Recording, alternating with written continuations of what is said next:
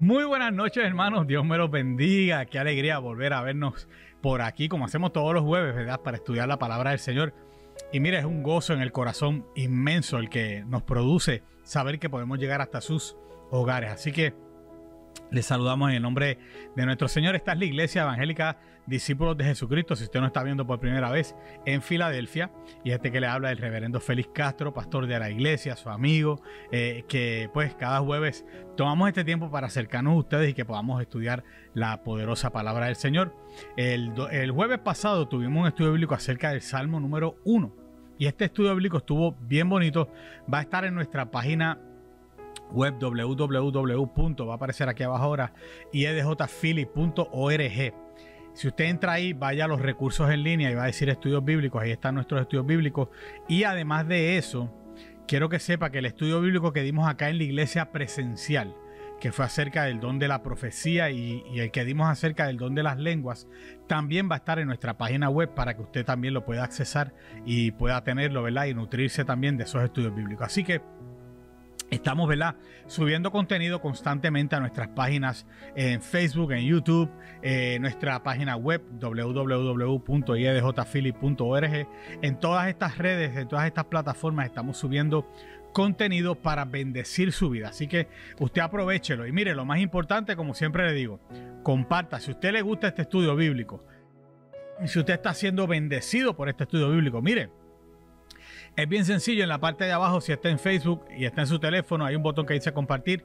Tóquelo y diga, y le va a preguntar cómo lo quiere compartir. Pues dígale compartir como publicación. Usted lo toca ahí y eso va a aparecer en su muro y otra gente va a recibir, ¿verdad?, esto que estamos enseñando en el día de hoy. Si está en YouTube, recuerde suscribirse a nuestro canal, toque la campanita y aproveche y dele al botón que dice compartir, que es como una flechita, y ahí entonces envíe ese link a cuantas más personas ustedes puedan para que esta palabra siga llegando a los corazones de otras personas que quizás la necesitan. Hoy vamos a comenzar una nueva serie de estudios bíblicos. Siempre les he dicho, ¿verdad?, que me gusta enseñar en series. Antes se llamaba unidades. Usted iba a la escuela y le daban un libro que estaba dividido en unidades. La unidad número 1, las tablas de multiplicar. Y entonces, pues estaba la lección 1, que era multiplicando los números integrales. Luego, lección número 2, multiplicando fracciones. Lección número 3, multiplicando positivos y negativos. Todas esas cosas, ¿verdad?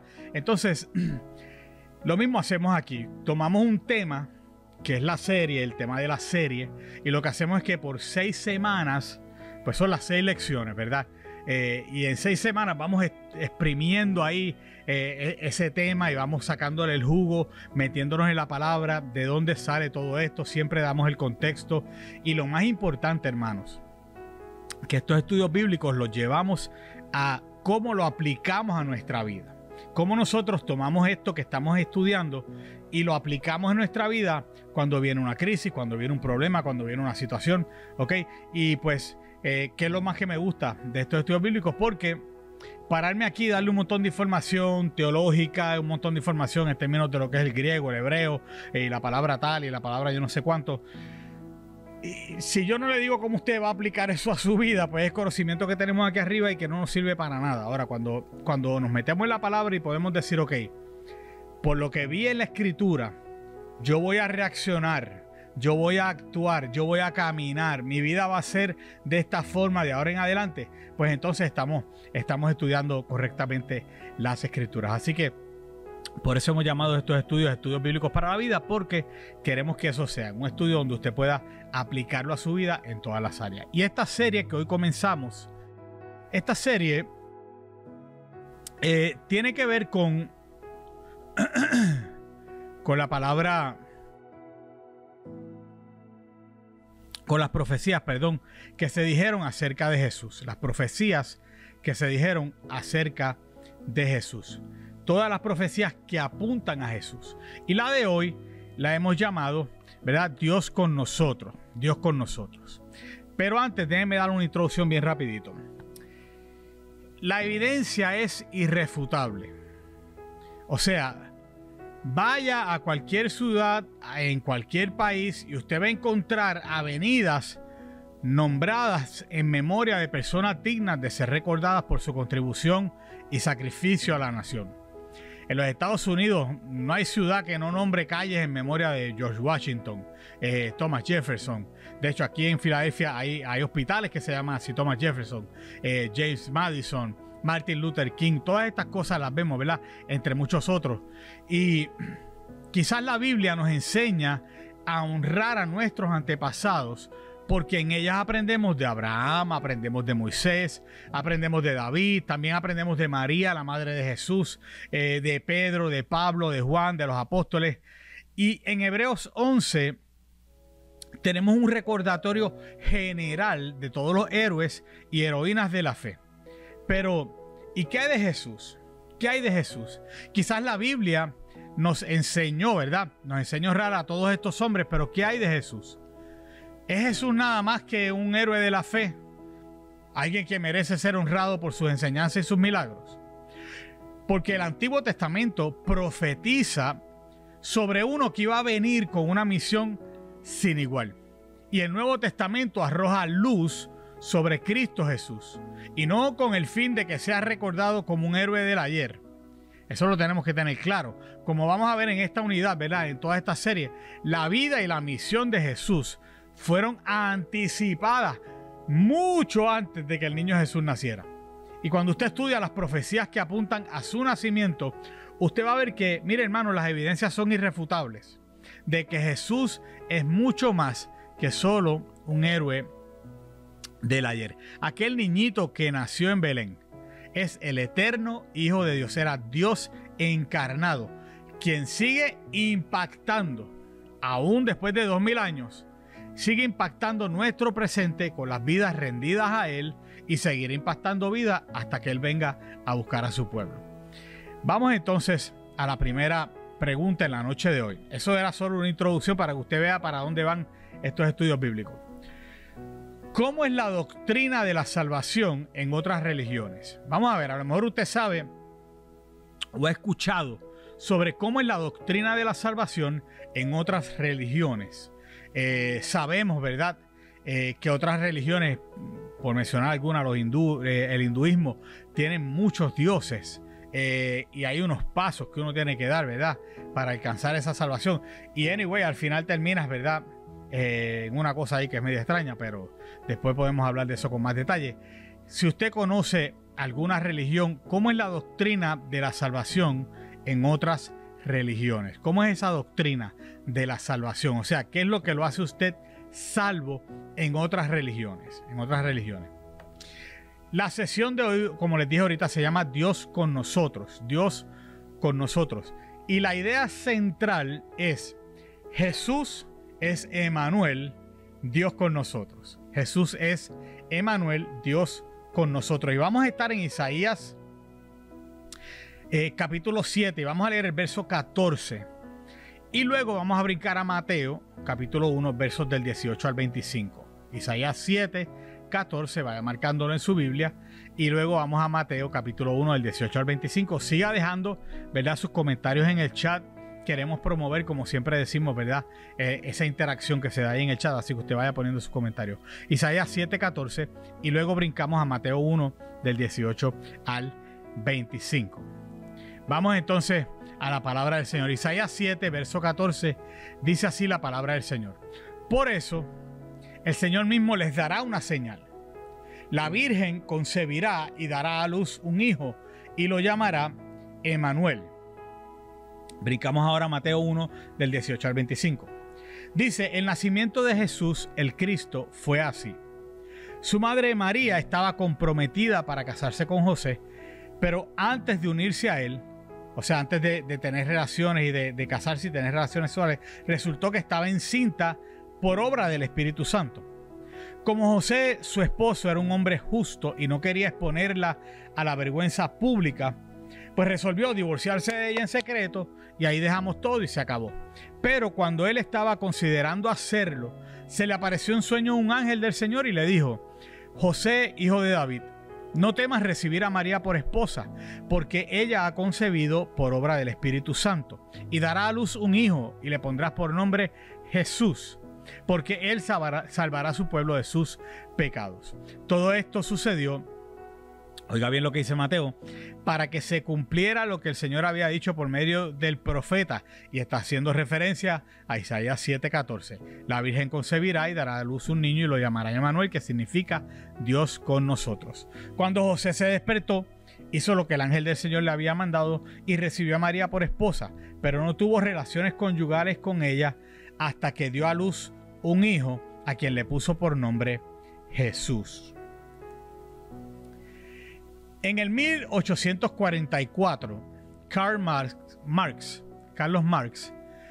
en su crítica de la filosofía hegeliana del derecho público, expresa algo que choca en el momento cuando uno lo lee así de primera instancia, porque Marx dijo y alega que la religión es el opio de los pueblos.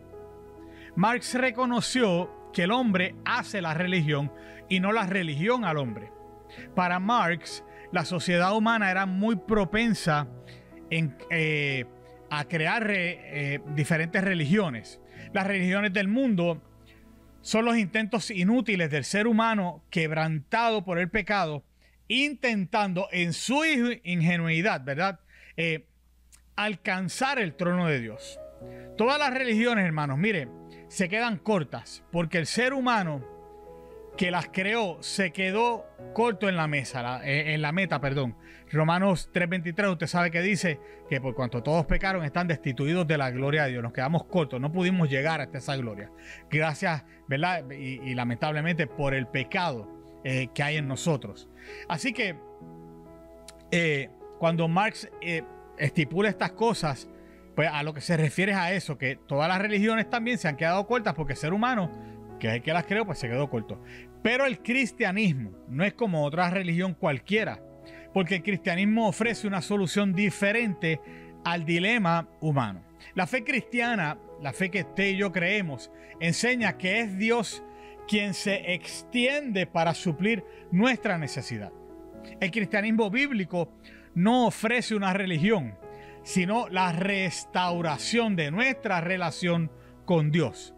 En Jesucristo, Dios vino al mundo para revelar quién es Él. Es lo que dice Juan 1:18. Déjeme leérselos bien rapidito. Juan 1:18. Mire lo que dice la palabra. Lo tengo por aquí. Ok. Dice, a Dios nadie nunca lo ha visto.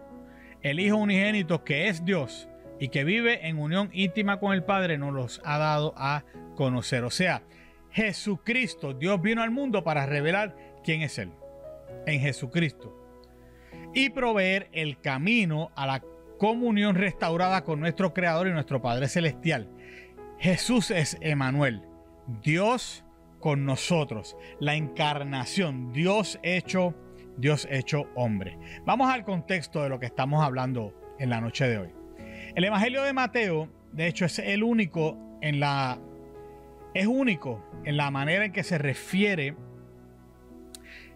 al nacimiento y al ministerio de Jesús como el cumplimiento de las profecías de Israel. Usted va a ver muchas veces en Mateo, y le voy a dar algunos ejemplos ahorita, donde Mateo dice, como dijo el profeta, para que se cumpliera lo que dijo el profeta, porque así lo dijo el profeta. De hecho, los eruditos han identificado por lo menos 10 textos donde Mateo usa la fórmula, todo esto aconteció para que se cumpliese lo dicho por medio del profeta. Mateo 1, 22 y 23, Mateo 2, 15, Mateo 2, 17 al 18, Mateo 2, 23, Mateo 4, 14 al 16, Mateo 8, 17, Mateo 12, del 17 al 21, Mateo 13, Mateo 21 y Mateo 27, Mateo 13, 35, Mateo 21, los versos 4 y 5 y Mateo 27, versos 9 y 10. Y lo que está haciendo Mateo aquí es conectar este evento del nacimiento de Jesús con la profecía del Antiguo Testamento y los otros eventos, no solo el nacimiento de Jesús.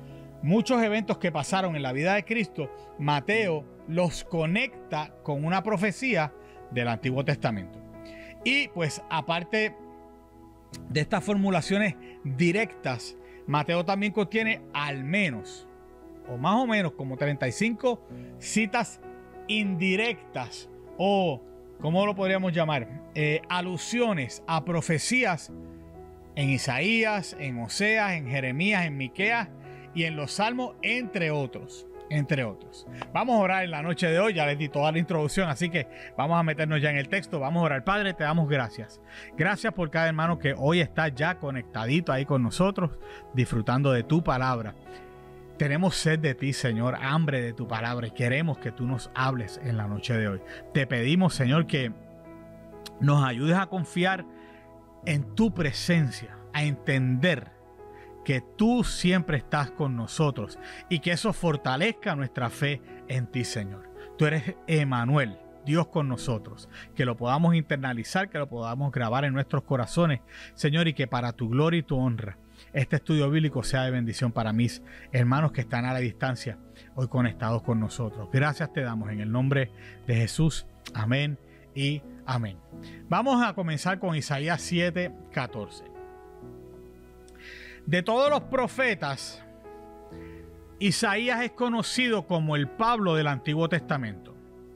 De hecho, el libro de Isaías en la Biblia, algunos teólogos lo identifican como un compendio de la Biblia.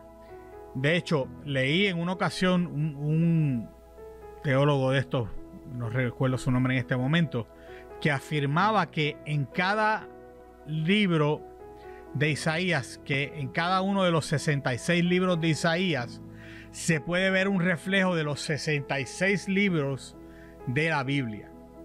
¿Ok? Yo no he hecho el ejercicio para ver cómo es que cada capítulo de Isaías compagina, ¿verdad? O cuadra con uno de los libros de la Biblia completa, ¿verdad?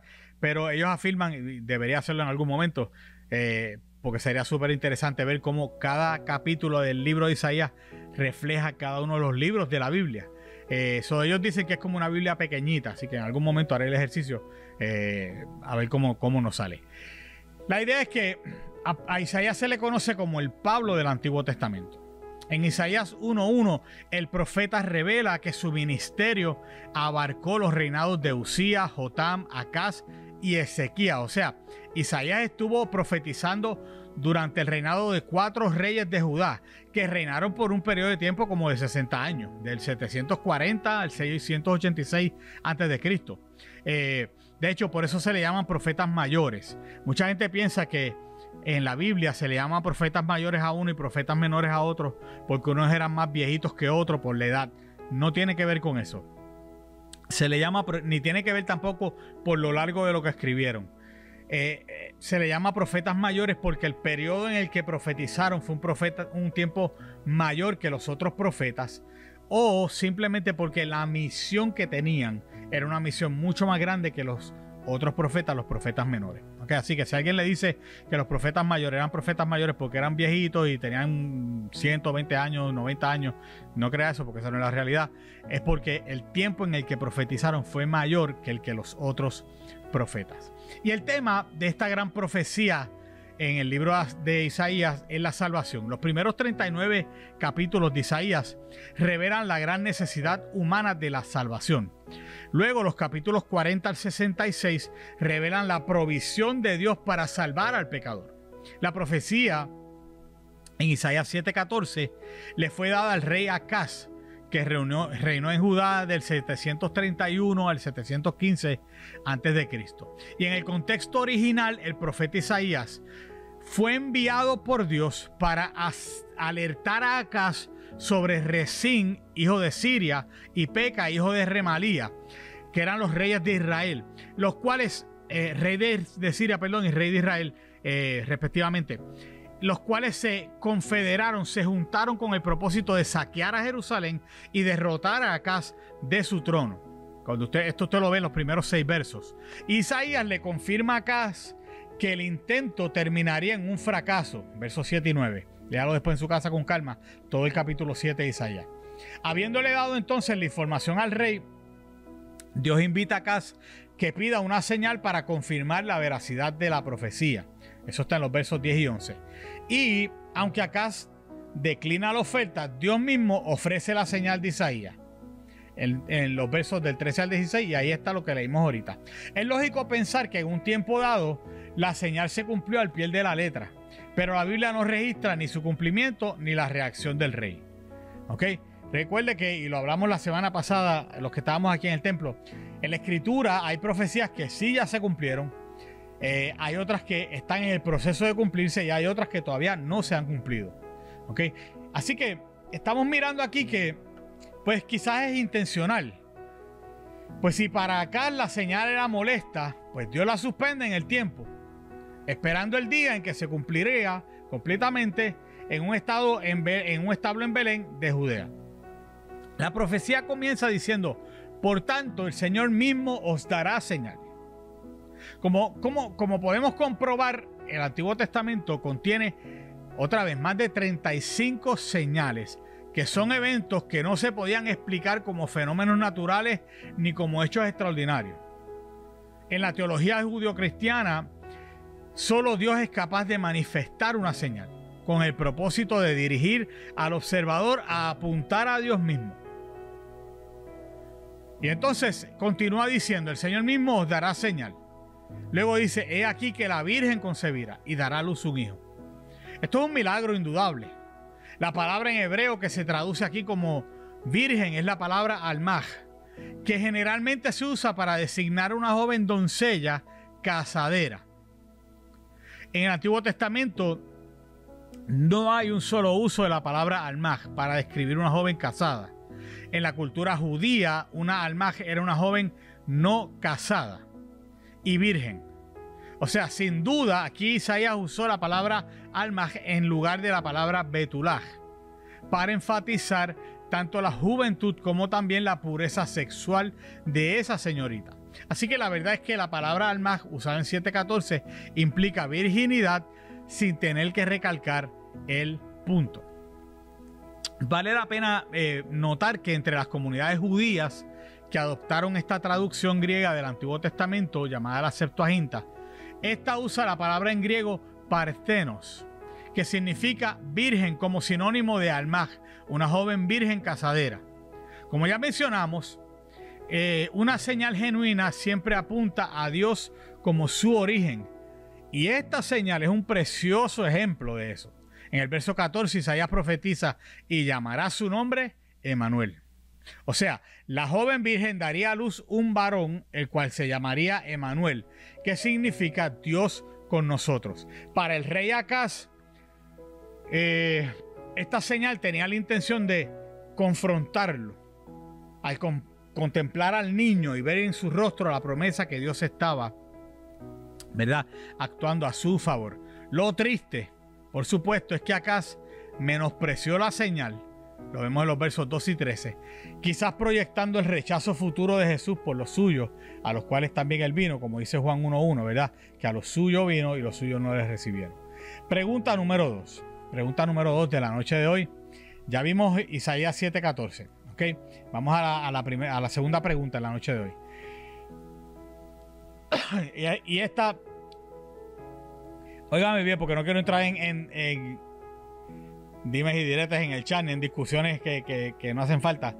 Pero es necesario hacerla, y usted sabe, le voy a explicar ya mismo para dónde vamos. ¿Por qué son necesarias las vacunas? Recuerde que estos estudios bíblicos son para la vida y tenemos que contextualizarlo. ¿Por qué son necesarias las vacunas? Vaya poniéndome su respuesta ahí en el chat. ¿Por qué son necesarias las vacunas? Porque son necesarias las vacunas. Y yo quiero que también me escriba en el chat, como una pregunta así por el ladito: ¿cómo usted ha visto la cercanía de Cristo Jesús en su vida? ¿Cómo usted ha visto la cercanía de Cristo Jesús en su vida? Porque son necesarias las vacunas, es lo primero. Y número 2, número 2 y número 2B, ¿cómo ha visto la cercanía de Dios o de Cristo Jesús en su vida? Mire, hermanos, voy a ir resumiendo en lo que usted pone sus respuestas ahí. Ante la pandemia del COVID-19 hemos visto la importancia de los servicios de emergencia. Pero imagínense si ellos caen víctimas de la enfermedad. ¿Quién atenderá a los enfermos? Entonces, debido a que estamos hundidos en el pecado, como dice Isaías 1:6, Romanos 3:23, lo leímos ahorita, Dios proveyó el remedio por medio del nacimiento de Emanuel. Por eso es que estaba preguntándole por qué son necesarias las vacunas, ¿verdad? Así que vaya poniendo sus respuestas ahí. Y otra vez, no queremos crear un issue con todo esto, porque sabemos que hoy en día hay una división terrible en la iglesia de los vacunados, de los no vacunados, de si se debe, si no se debe. Ese no es el punto ahora. Lo que quiero es que usted, ¿por qué son necesarias? Vamos, póngamelo ahí en el chat. Y número 2, B, póngame ahí cómo ha visto la cercanía de Cristo Jesús en su vida. Vamos resumiendo hasta aquí. Número 1. El nacimiento de Emanuel, número 1, tenía que ser virginal para inmunizarlo como la única respuesta eficaz. Siendo todos pecadores, se necesitaba un nacimiento virginal, concebido en santidad. Hebreos 7:26 dice, describiendo, ¿verdad? Dice que él era santo, inocente, sin mancha, apartado de los pecadores. ¿Ok? Y tenía que ser así para que pudiera salvar a todo el que lo recibe como Salvador. Así que el nacimiento de Emanuel tenía que ser virginal para inmunizarlo como la única respuesta eficaz. Número 2, el nacimiento de Emanuel tenía que ser profetizado, dando tiempo para mostrar la incapacidad humana de efectuar su propia salvación. Dijimos al principio que el ser humano siempre ha tratado de inventarse formas de poderse salvar. Entonces, el nacimiento de Emanuel tenía que ser profetizado para mostrar que esto como único venía era de parte de Dios. Dios dio el tiempo específico, Dios dio el tiempo necesario para que llegáramos a entender la profundidad de nuestro pecado, eliminando, ¿verdad?, toda esperanza. Número 3, el nacimiento de Emanuel tenía que ser personal para mostrar que Dios mismo proveería la salvación. Él proveería para la salvación. El nombre del Salvador sería Emanuel, que significa Dios con nosotros, revelando que el único remedio contra el pecado sería por medio de la mano de Dios. En Romanos 5:8 Pablo dice, mas Dios muestra su amor para con nosotros. Usted conoce el verso, ¿verdad? En que siendo aún pecadores, Cristo murió por nosotros. El pecado, hermano, es tan intratable que solo Dios ofrecería el remedio con el nacimiento virginal de su Hijo unigénito Emanuel, Dios con nosotros, su Hijo unigénito Jesucristo. Siga poniendo su respuesta ahí en el chat mientras vamos a los próximos versos. Los próximos versos muestran que Dios cumplió su promesa de redención por medio de Jesús, quien nacería por medio de María. Vamos entonces a Mateo 1. Vamos a mirar los primeros versos de 18 y 19. 18 y 19. El Evangelio de Mateo, otra vez, tiene la dicha de ser el primer evangelio de los 4. No quiere decir que fue el primero que se escribió, pero sí es el primer libro del Nuevo Testamento. Así que es propio que Mateo relate los eventos alrededor del nacimiento del niño Jesús. Y pues después de dar una genealogía que trace el árbol familiar de Jesús desde Abraham, el evangelista comienza diciendo, el nacimiento de Jesucristo fue así. Si este evangelio fue escrito principalmente para destinatarios de contexto judío, pues aquí Mateo está usando la oportunidad para confesar su reconocimiento de Jesús como el Cristo, el Mesías, el ungido de Dios. El comienzo revela que la historia que Mateo va a revelar es una apologética. O sea, lo que está es defendiendo su testimonio de Cristo Jesús como el Mesías de Israel. Y Mateo continúa diciendo, estando desposada María, estamos en el verso 18, estando desposada María, su madre, con José, antes de que se juntasen. Mateo relata que María, hija de Elí, estaba desposada. O sea, había entrado en la primera fase del matrimonio en la cultura judía. Esta fase en griego es llamada Kiddushin, digo en hebreo, que significa consagración, es separarse. Esta parte del contrato matrimonial consistía en un compromiso formal de tiempo indeterminado. Usted se comprometía, estos dos se van a casar. ¿Cuándo? Pues no sabemos todavía, pero ya hay un compromiso. O sea, tú estás separada para él y él está separado para ti. That's it. Durante este tiempo, como indica Mateo, ellos no se juntaban en el sentido de relaciones íntimas. no tenían relaciones sexuales.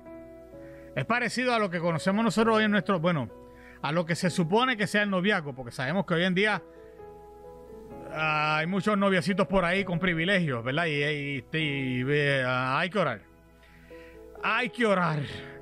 Pero aquí la pareja estaba comprometida a casarse en el futuro, y eso significaba que cada uno de ellos tenía que consagrarse el uno para el otro, separarse el uno para el otro. En el verso 18, Mateo también dice de María que se halló que había concebido del Espíritu Santo. El texto no indica cómo José descubrió el embarazo.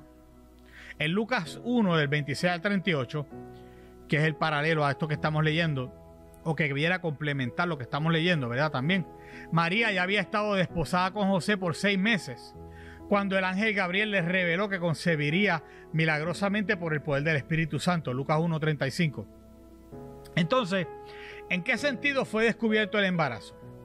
Pues mire, la Biblia no dice abiertamente, pero es razonable pensar que el crecimiento del vientre de la joven María tarde o temprano lo revelaría. O sea, la pipa le empezó a crecer en buen español. Y parece que entonces José se da cuenta, y cuando José se da cuenta de que María está embarazada, dice el verso 19 que como era justo y no quería infamarla, quiso dejarla secretamente. La interpretación tradicional ha sido que José, al enterarse del estado de María, pues mire, hermano, no vio otra solución al problema más que entregarle una carta de divorcio en su mano, romper ese compromiso que se había hecho. Era lo que decía Deuteronomio 24, verso 1, creo que es, que habla sobre esto. José era legítimo esposo de María, porque ya estaban comprometidos para casarse. Y bajo la ley de Moisés tenía todo el derecho a divorciarse y de manchar su reputación, si en verdad ella lo había traicionado. ¿Ves? No obstante, ¿verdad? Dice que siendo un hombre justo, y justo pues se entiende como piadoso, un hombre de buenos sentimientos, una persona que no obraba con maldad, pues quiso hacer todo esto en secreto para no causarle más pena. Y pues hasta aquí está chévere, pero no hay indicación de que José viera a María como una adúltera, ¿ok? Tenemos que cuidarnos de eso, porque mucha gente dice, porque José vio que ella, que era una adúltera, y pensó tal cosa y tal cosa. No, el texto no habla de eso, ¿ok? No hay indicación de que José la viera a ella como una adúltera. Todo lo contrario, él está buscando protegerla, porque si a ella la descubren que ha cometido adulterio, tenían que sacarla al pueblo y apedrearla con el bebé en la barriga, ¿ok? Así que los mataban a los dos, a ella y a la criatura que estaba en su vientre. Discutiendo sobre este punto, y yo estudiando por ahí algunos teólogos, pues han ofrecido otra interpretación, alegando que José sabía bien que el fruto del vientre de María era divino y que esa era la crisis que había en su mente. Siendo un hombre justo, José no se sentía digno de convivir con una mujer que había sido favorecida por el Dios Altísimo. Al ver que María había sido la recipiente de la gracia de Dios por su Santo Espíritu, José reconoció que Dios también la había elegido como madre de su hijo.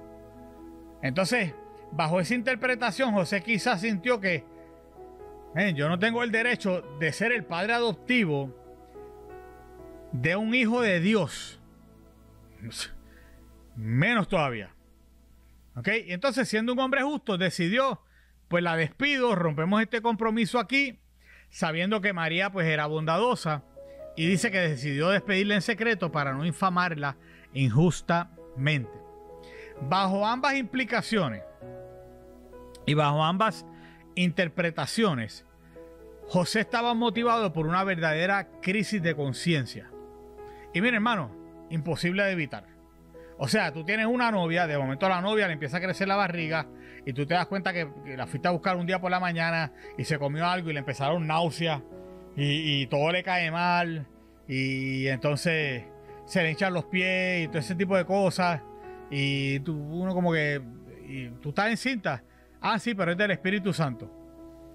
Entonces como que José está en todo este asunto de yo te amo, yo tengo un compromiso contigo, Si le anuncio esto a toda la gente, te van a apedrear, ese niño es el hijo de Dios. Todo eso en la mente de José, imagínenselo por un momento. Pero en medio de su prueba, José nunca abandonó su piedad. Siguió siendo un hombre justo, un hombre piadoso. Óigame, la cual es la fuente de su pensar y de su actuar. Porque entonces él dijo: déjame hacer esto en calladito, nos reunimos tú y yo con tus padres, le explicamos lo que hay, yo le digo cómo me siento, resolvemos este asunto y yo me voy y tú sigue para adelante. ¿Ok? Mateo, otra vez, conecta el nacimiento del Mesías con la profecía de Isaías 7:14. Y hay gente que insiste en que la profecía de Isaías se cumplió en el tiempo de rey Acaz, pero lo que el rey Acaz desprecia, Mateo lo aprecia, ¿verdad? Enseñándonos 3 verdades sobre el embarazo de María. Vamos a resumir hasta aquí. Vamos a resumir. Sé que le he dado así como que muchas cosas rapiditas, pero vamos a resumir. 1. El embarazo y el nacimiento fueron por medio de una virgen desposada. Dios favoreció a María, virgen, pero desposada con José. María había entrado en la primera fase del matrimonio en la cultura judía, pero se había abstenido de tener relaciones íntimas con José. María era virgen, pero no estaba soltera. Estaba, ¿verdad?, debidamente comprometida con José. El Mesías nacería en un hogar con un padre y una madre que ya estaba estipulado debidamente. Número 2. El nacimiento y el embarazo fueron por medio de la obra del Espíritu Santo. Dice que antes de que se juntasen en el acto conyugal, se halló que había concebido del Espíritu Santo. Ambos, María y José, reconocieron que el embarazo era por obra del Espíritu Santo, que Dios estaba proveyendo un Salvador santo, libre de pecado y libre de simiente incorruptible. Es lo que dice 1 de Pedro 1:23. Número 3, el embarazo causó problemas a José, el esposo de la Virgen. Ok, mire, hermano, las promesas de Dios a menudo causan crisis. Tengo que decírselo. Y el primer José relató el futuro que Dios había pronosticado para él, allá en Génesis 37, y terminó siendo despreciado, vendido y llevado a Egipto. ¿Se acuerda cuando José empezó a hablar de los sueños que tenía y el futuro que Dios tenía para él, y terminó siendo despreciado por sus hermanos? Lo vendieron y llevado a Egipto como esclavo. Pero José, ese José de Génesis, vio el propósito de Dios en su difícil experiencia, ¿verdad? José, el esposo de María, acá en el Nuevo Testamento, vio su situación penosa y pensó que lo mejor era despedir a su esposa en secreto para no causarle dolor y quizás librarse del problema. Y tenemos que entender que las promesas de Dios se cumplen en la vida tal como son. Dios no nos extrae fuera de las condiciones difíciles, pero nos ayuda a sobrellevarlas. ¿Ok? Y que podamos sobrellevarlas confiando en esa promesa que nos ha dado sobre todas las cosas. Pregunta número 3 de la noche. ¿Cómo muestra Jesús que Dios es Dios con nosotros? ¿Cómo Jesús nos muestra a nosotros que Él es Dios con nosotros? ¿Ok? ¿Cómo muestra Jesús que Dios es con nosotros? ¿Cómo es que Jesús nos enseña, nos muestra que Dios está con nosotros? Vamos a los últimos versos. En los próximos versos que vamos a mirar, me perdonan que el frío mañanero me tiene un poco con la garganta así como irritada. Los versos del 20 al 25 nos van a ayudar a darnos cuenta de que nuestra fe debe estar basada en la verdad que Dios siempre está con nosotros. Si José sabía que el embarazo de María era de origen divino o no, pues mire, hermano, no lo podemos decir con completa seguridad. Todas estas son interpretaciones que se dan de la Escritura. Pero vemos que bajo cualquiera de las dos circunstancias que ya miramos, este asunto le causaría a este joven una gran crisis. En el verso 20 leemos: y pensando él en esto. O sea, aquí está indicando que José no reaccionó a la emoción que debe haber sentido en el momento del descubrimiento. Más bien se fue a su casa y empezó a pensar. Tú sabes, para entender el caso, que es el mismo reto que nosotros como creyentes confrontamos, de usar la mente transformada entre todas las incertidumbres de la vida, Romanos 12:2, ¿verdad? Que nuestra mente sea transformada y que de esa forma sea que nosotros pues podamos vivir, ¿verdad? Y tomar decisiones en la vida. Y dice que él se acostó pensando en eso, y mientras dormía, un ángel del Señor se le apareció en sueños y le dijo: José, hijo de David. Aquí es interesante que Mateo no da el nombre del ángel que visitó a José, pero sí lo hizo en sueños. ¿Ok? Le habló en sueños. Y el ángel reconoció a José como descendiente de David, afirmando que José, como María, era de la descendencia dinástica de David, que era otra de las profecías que la vamos a ver más adelante. Así que si José pensaba divorciarse de María, por las razones ya mencionadas, el recordatorio que es descendiente del rey David es una fuente de afirmación de que él no era un completo desconocido, que él estaba integrado a la familia. O sea, lo que el ángel está diciendo del saque es: había una profecía que muy probablemente José también la conocía, ¿verdad? Le está diciendo: tú eres hijo de David, José, hijo de David. Y esto pues tocaría el corazón de José. No obstante, ante cualquier duda que José haya tenido, el ángel le confiere paz, le dice: no temas recibir a tu mujer, porque lo que hay en ella engendrado del Espíritu Santo es. Y aunque el Espíritu Santo había hecho un milagro sin igual en María, ella seguiría siendo la esposa de José en todo sentido. Así que, lejos de descartar a José como insignificante, el ángel le reveló que él también estaría en este propósito y en los procesos de Dios. Y en el verso 21 le dijo: y dará a luz un hijo y llamará su nombre Jesús, porque él salvará a su pueblo de sus pecados. O sea, el ángel le reveló a José que la criatura número 1 iba a ser varón. O sea, José tendría el privilegio de ponerle nombre. El derecho es reservado para el padre del hijo en aquel tiempo. Y el nombre Jesús es cuando usted lo mira en arameo, es masculino y significa Yahvé salva. Yahvé es salvación. El nombre transliterado es Yeshua, el cual es, ¿verdad? Usa en el prefijo Ya, Yeshua, que es una abreviatura de Yahvé, el nombre de Dios en Israel. Ve cómo todo ahí se va ya juntando. Y el verbo Yasha, Yeshua, que significa rescatar, liberar. Dios rescata, Dios salva, Yahvé liberta. De eso es que está hablando. Entonces el ángel le revela todo esto a José en sueños. Y en términos claros, Jesús significa pues Dios salva. Y al nombrar Jesús al niño está anunciando de antemano su misión redentora. O sea que lo que el ángel le está diciendo a José es: ese no va a ser un niño cualquiera. Este niño viene con una misión redentora.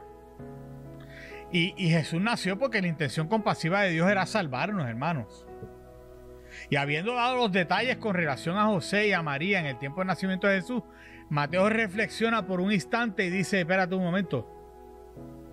Si es que todo esto aconteció para que se cumpliera lo dicho por el profeta, cuando dijo: he aquí la Virgen concebirá y dará a luz un niño y llamará su nombre Manuel, que traducido es Dios con nosotros. Entonces vio como ahí ya entonces la cosa terminó de conectarse. Mateo está narrando y de momento dice: oh, espérate, todo esto aconteció para que se cumpliese. Y entonces hace la conexión con lo que dijo Isaías en el capítulo 7, verso 14. Un repaso de las fuentes rabínicas, por ejemplo el Mishnah, el Talmud, el Targum, revela que los judíos nunca consideraron que los eventos registrados en Isaías 7, del 1 al 14, tuvieran un significado más allá del tiempo de Acaz. Por ende, Mateo no está en línea con la interpretación rabínica de sus días. O sea, Mateo se está saliendo por completo de lo que la gente de sus tiempos creía. ¿Ok? Porque esa interpretación no existía para aquel tiempo. De hecho, usted sabe que todavía los judíos están esperando al Mesías. Así que, ¿qué es lo que estamos viendo aquí? Estamos viendo que, al contrario, Mateo, bajo la inspiración del Espíritu Santo, ve en el nacimiento de Jesús el cumplimiento perfecto de la profecía de Isaías, capítulo 7, verso 14. Notando que el nacimiento del Mesías había sido profetizado por Isaías 700 años antes Mateo termina entonces la historia que comenzó y dice, y despertando José del sueño, hizo como el ángel del Señor le había mandado y recibió a su mujer, pero no la conoció hasta que dio a luz su hijo primogénito y le puso por nombre Jesús. Como podemos ver, José cambió de opinión, hubo un cambio de mente, fue obediente a Dios, mantuvo su matrimonio con su mujer, o sea, dijo, ¿sabes qué? Si esos son los planes, y tú deseas que yo sea el padre adoptivo de este niño que va a nacer, que se va a llamar Jesús y que tiene un propósito tan grande, pues primero quería salir corriendo, pero ahora yo me quedo y yo me hago cargo. Entonces José y María no tuvieron relaciones sexuales, dice el texto, hasta después del nacimiento de Jesús. Recuerde que, como dijimos ahorita, hay una interpretación que afirma que José miraba a María y ese niño que iba a nacer como algo tan divino, que él dijo, yo no voy a tocar a esta mujer hasta que después ese niño nazca, ¿ok? El hijo de Dios. Pregunta número 4 en la noche de hoy. Yo sé que esto causa en algunas personas un poquito de problemas, porque mucha gente que cree en este asunto de la virginidad de María y todas estas cosas, mire, hermano, el texto lo afirma bien claro, que no fue hasta después que ella tuvo a Jesús que tuvieron relaciones. O sea, sí tuvieron relaciones. De hecho, en la escritura vemos, y después podemos hablar de eso en otro momento, que se habla de que Jesús tuvo otros hermanos también, ¿okay? Y aunque hay otra gente que dice que no eran hermanos, que eran primos, que sé yo qué más, si lo miramos como se debe mirar, eran los hermanos de Jesús. Pregunta número 4 en la noche de hoy. ¿Alguna vez has sentido que Dios estaba contigo en una situación difícil? ¿Alguna vez tú has sentido que Dios estaba contigo en una situación bien difícil? ¿Ok? Yo quiero que usted lo ponga ahí en el chat, porque esos son testimonios que vienen a verdad, a afirmar nuestra fe. ¿Alguna vez tú sentiste que Dios estaba contigo en una situación difícil? Si es así, pónmelo en el chat. Queremos escuchar, ¿verdad? Perdón, sus comentarios. Vamos resumiendo hasta aquí. Vamos resumiendo. La crisis que José enfrentaba, pues mire, fácilmente puede ser nuestra crisis. O sea, a menudo sentimos incertidumbre. Y hermano, lo primero que hacemos es reaccionar ante la circunstancia en vez de esperar para oír la voz de Dios. Hablábamos de eso el domingo, lo importante de oír la voz de Dios. Y a menudo sentimos incertidumbre y lo primero que hacemos es o salimos corriendo o planificamos y decimos, ok, pues esto es lo que voy a hacer, y si no me sale, pues hago esto, y hacemos plan A, plan B, y empezamos a movernos y nos desesperamos, y en vez de esperar para oír la voz de Dios. Entonces, número 1, tenemos que esperar, hermanos, para saber que Dios está con nosotros. Como humanos, es normal buscar una solución. José hizo lo mismo. Resuelvo esto, brego con esto otro. De hecho, dice que se acostó pensando en eso. O sea, yo imagino a un muchacho todo el día, ¿qué voy a hacer? ¿Cómo voy a bregar con esto? Y cuando la gente me pregunte, ¿no? Hijo del Espíritu Santo, yeah, right. Entonces, como que, what? Y el pobre José ahí buscando, ¿cómo brego con esta situación? Pensando. Y pues, hasta diseñó un plan.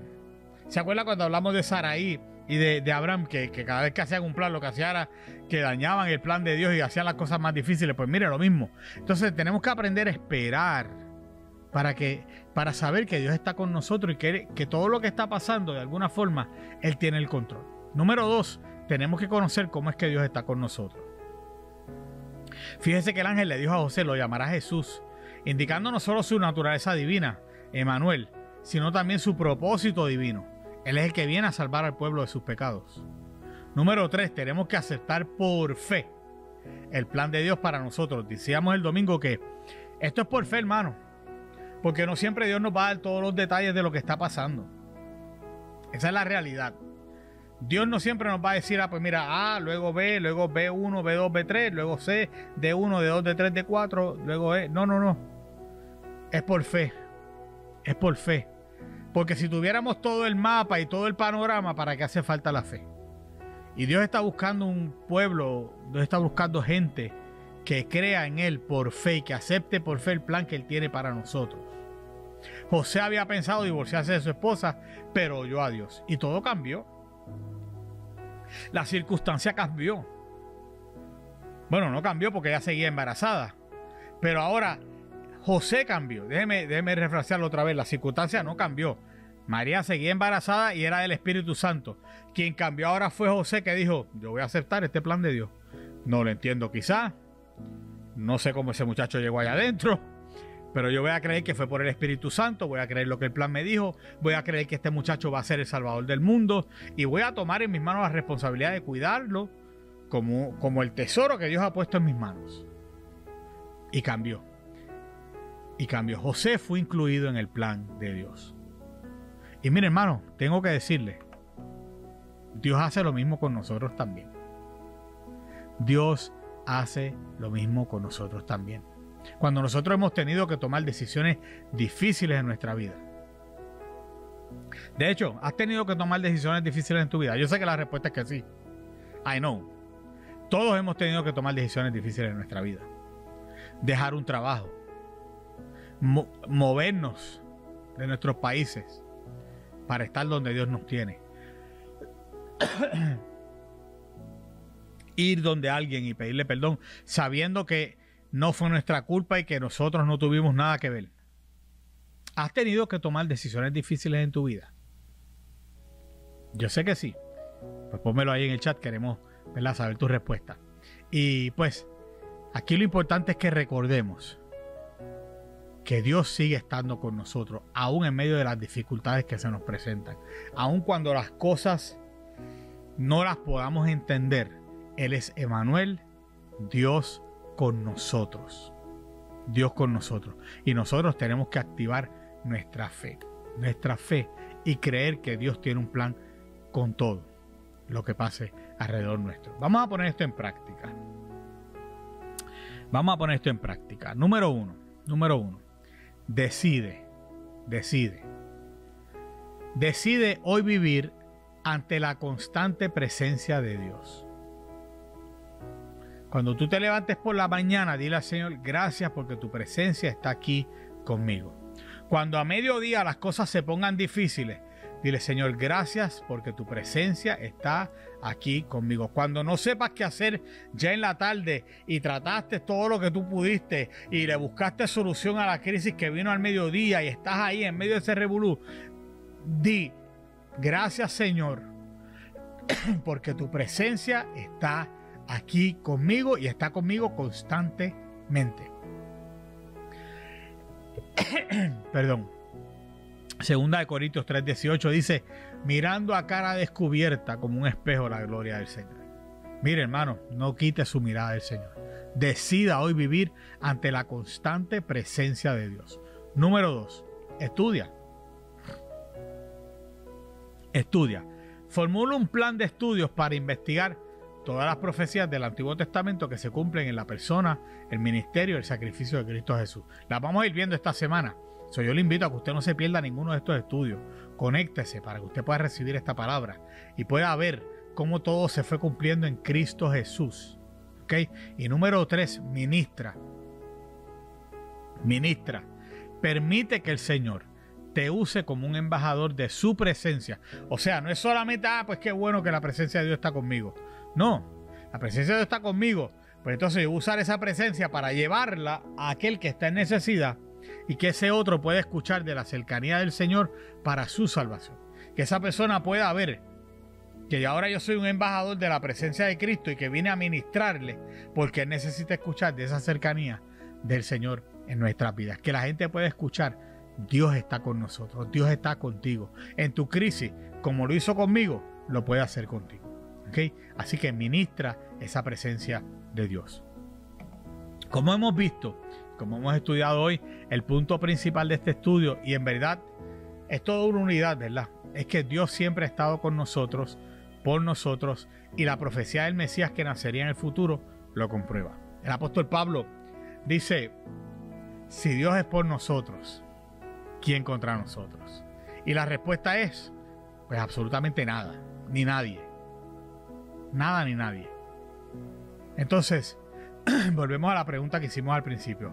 ¿Es Jesús nada más que una figura del ayer? Aunque las profecías son antiguas, su mensaje es para todas las edades. Y hermano, usted tiene que creerlo. El niño que nació en Belén es el eterno Hijo de Dios, es Dios hecho hombre, es Dios encarnado, que sigue impactando el presente en las vidas que se rinden a Él y seguir impactando las vidas por toda la eternidad. Por toda la eternidad. Concluimos orando en la noche de hoy. Te damos gracias, Señor, por tu palabra. Qué bueno es que tú nos recuerdes que aquel niñito que nació en Belén y que ya en unos meses estaremos celebrando, eras tú, Dios, hecho hombre, y que viniste a este mundo para salvarnos, para entender lo que es el calor, para entender lo que son las crisis, para entender lo que son las dudas, para hacerte uno como nosotros, Señor. Dolerte, que te diera hambre, todas esas cosas. Y a la misma vez para vivir una vida sin pecado, para enseñarnos a nosotros que sí se puede. Y morir en la cruz del Calvario y soportar el peor castigo que un ser humano pudiera soportar, para darnos la salvación y la vida eterna, para poder volver a establecer nuevamente el puente que nos unía a ti, para que nuestra relación contigo, Dios, volviera a estar donde se supone que estuviera. Te damos gracias por tu sacrificio, te damos gracias por tu amor y gracias por enviar a Jesús a morir por nosotros. Señor, que nosotros podamos vivir con una conciencia plena de que tu presencia está con nosotros todos los días de nuestra vida y que esa presencia la podamos llevar a donde quiera que vayamos y ser de bendición a otros. Te pedimos todo esto en el nombre de Jesús. Amén y amén. Bueno, hermano, comparto con ustedes un anuncio bien rapidito. Este domingo continuamos con la serie Peligro. Estamos orando, que ha sido de mucha bendición para muchos hermanos. El pastor no va a estar en la iglesia. Voy a estar en un retiro pastoral durante el fin de semana, pero tenemos una predicadora invitada que va a estar con nosotros. No es mi esposa Carmencita, otra hermana de la iglesia que va a estar predicando, y va a continuar, ¿verdad?, con esta serie Peligro. Estamos orando y vamos a hablar sobre una oración que hacemos, que deberíamos hacer. Señor, envíame a mí. Envíame a mí. Dios está buscando gente dispuesta para ir a hacer lo que Dios los llama a hacer. Y usted tiene que decirle todos los días, Señor, envíame. Y de eso vamos a hablar el domingo aquí en el templo. ¿Ok? Así que no se pierda el servicio, conéctese tempranito y recuerde, hermanos, comparta todos estos servicios con otras personas para que puedan ser bendecidos con la palabra del Señor. Que Jehová te bendiga y te guarde, que Jehová haga resplandecer su rostro sobre ti, que Jehová tenga de ti misericordia, que Jehová alce su rostro sobre ti y ponga en ti su paz. Muy buenas noches, que Dios me los bendiga, que tengan una noche hermosa y pues nos vemos en la semana. Muchas bendiciones.